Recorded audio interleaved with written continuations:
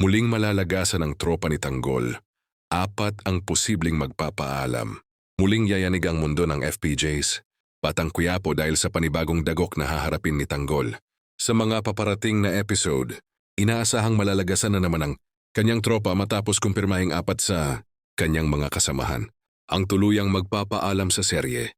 Ito ay bahagi ng mas matinding yugto na maglalantad, ng mas mabibigat na laban at mas personal na paghihigante.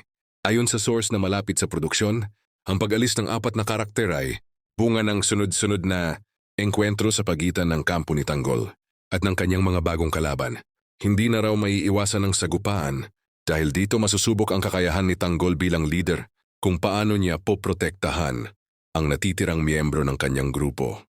Hindi pa pinapangalanan kung sino-sino ang apat na magpapaalam, ngunit sinasabing pawang mahahalagang tauhan yung may na patagal ng kasama ni Tanggol sa kanyang pagangat at pagbagsak. Dahil dito, mas lalalim ang emosyonal na bigat ng kwento, lalo na't itatampok ang epekto ng pagkawala sa pagkatao at mga desisyon ni Tanggol. Kasabay ng pagkalagas ng tropa, inaasahan ding ipakikilala ang mga bagong karakter na posibleng pumalit o maging bagong kaalyado o kaaway ni Tanggol.